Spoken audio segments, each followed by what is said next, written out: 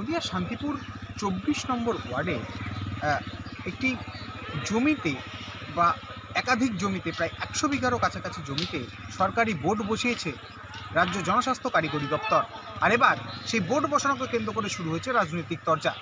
চাষিদের দাবি, স্থানীয় বিধায়ক এবং পৌরপতি বা কাউন্সিলরকে জানালে তারা কোনো রকমভাবেই তাদের সঙ্গে সহযোগিতা করছে না। বিধায়ক জানাচ্ছেন, ভোট মিটে গেলে, ভোটে জেতালে তিনি বিষয়টি খতিয়ে দেখবেন। অপরদিকে বিজেপির পক্ষ থেকে এদিন এই চাষিদের পাশে থেকে রীতিমতো কৃষক আন্দোলনের ডাক দেওয়া হয়েছে। শুধু কৃষক আন্দোলন নয়, এর পরবর্তীতে তারা বৃহত্তর আন্দোলন অরাজনৈতিকভাবেও করতে পারেন বলে জানিয়েছেন চাষিদের স্বার্থে। তবে এইভাবে সরকারি যে কোনো বোর্ড চাষিদের কাছে না জানিয়ে নেওয়া একেবারেই অপরাধ বলে মনে করছে বিজেপি নেতৃত্বরা। যদিও চাষিরা চাইছে পেটের দুমুঠো ভাত ওঠে এই কৃষি জমি থেকে, সেটাও যদি চলে যায় তাহলে তারা মাঠে চাষও করতে পারবেন না, খাওয়া দাওয়া তো দূরে থাক, সংসার চালাতে পারবেন না। যদিও বিধায়ক জানিয়েছেন বিষয়টি খতিয়ে দেখা হচ্ছে, কিন্তু ভোটের বিষয়ে জানানো হয়েছে যারা নেতৃত্বরা এসেছিলেন তৃণমূলের তাদেরকে। এক্ষেত্রে চাষিদেরকে বলা হয়েছিল নোটিশ দিলে তার সঙ্গে যোগাযোগ করতে। আর এতেই শুরু হয়েছে এখন রাজনৈতিক চর্চা। নোটিশ পড়েছে, আমি শুনেছি যেদিনকে এই কাজটা কমপ্লিট হয়ে যায়, যখন হয়ে যায় আমাকে রাত্রিরে বলল, একজন গিয়ে আমাকে বলছে, সমর্থ এরকম ব্যাপার, এটা বোর্ড মেরে দিয়ে গিয়েছে, তা তুমি বিষয়টা জানো? তা আমি বললাম, না আমি তো বিষয়টা জানি না, তা আমি তো কয়েকদিন মাঠেও যাইনি। তো বললো, হ্যাঁ বোর্ড মেরে দিয়ে গিয়েছে। তখন আমি ওকে বললাম যে ব্যাপারটা কি, চল তো দেখি বোর্ডটা দেখে আসি।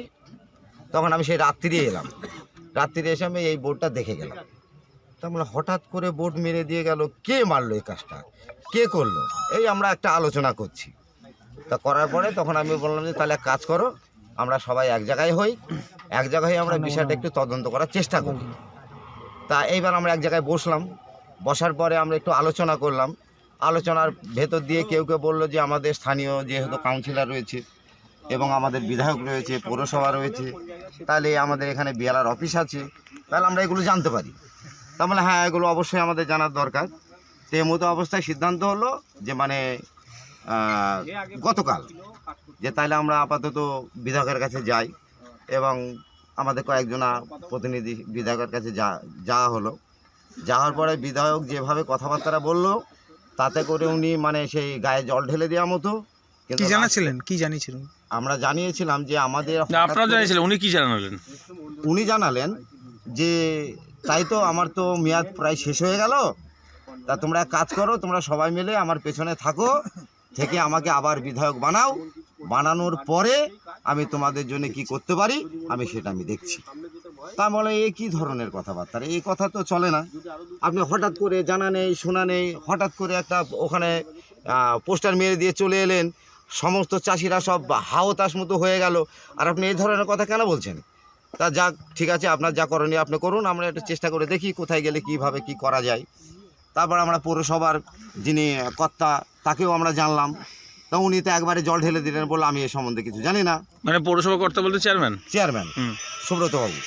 তারপরে ওনার কাছ থেকে আমরা কমিশনার কাছে গেলাম, কমিশনার পরিষ্কার কথা বললাম, আমি এই বিষয়ে কিছু জানি না, এবং উনি কোনো সাজেশনও দিলেন না।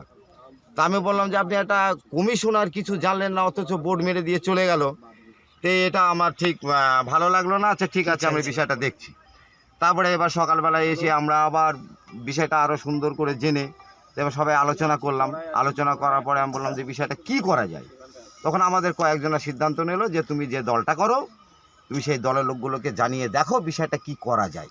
কি দল? প্রথম কথা হচ্ছে, এই যে জমি গঙ্গার চরের জমি, সেই গঙ্গার চরের জমি প্রথমে বনাঞ্চলে পরিপূর্ণ ছিল, উঁচু নিচু ছিল।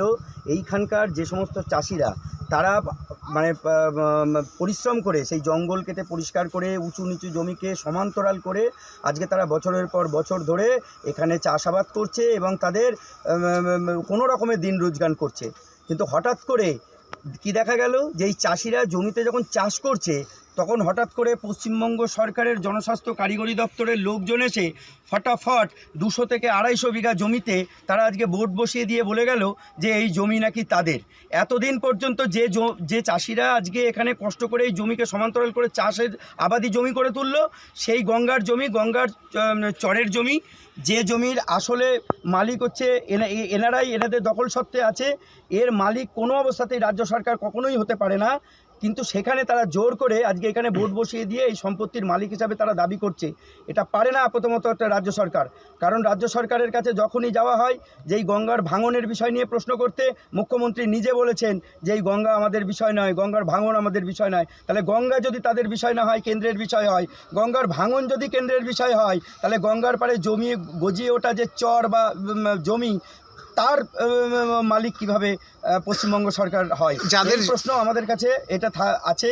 আর এখানকার যারা চাষিরা আছে, সেই চাষিরা মানে প্রত্যেকেই এখানে পরিষ্কারভাবে বলেছেন যে এখানে তাদের সাথে কোনো ধরনের কোনো না স্থানীয় কাউন্সিলর, না এখানকার চেয়ারম্যান, না এখানকার কোনো জনপ্রতিনিধি, না বিধায়ক, কেউ তাদের সঙ্গে কোনো আলোচনা না করে জোরপূর্বক তাদের জমি কাটতে চলেছে। এই জমি আমরা কাটতে দেব না।